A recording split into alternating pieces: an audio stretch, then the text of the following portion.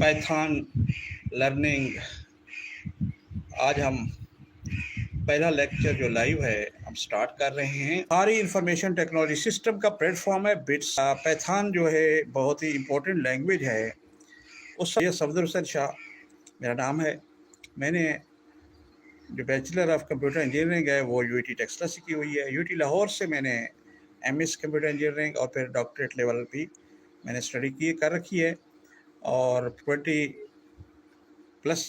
Professional experience है, जिसमें 4 से 5 साल यूनिवर्सिटी और फिर कॉलेज एकेडमी का भी है और मैनेजमेंट का एक्सपीरियंस है, टेक्निकल एक्सपीरियंस भी है। तो उम्मीद है आपको क्लियर होता जाएगा जी। अब मैंने लिखा हेलो वर्ल्ड, क्या लिखा हुआ है?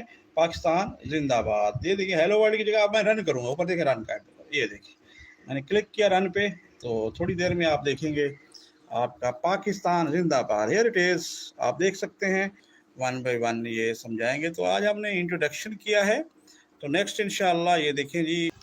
अगर आप ये मुकम्मल वीडियो लेक्चर देखना चाहते हैं तो डिस्क्रिप्शन में लिंक दिया गया है, उस पर क्लिक करके आप जा सकते हैं, या कमेंट में सबसे पहला कमेंट होगा नीचे जाकर उस पर भी क्लिक कर सकते हैं।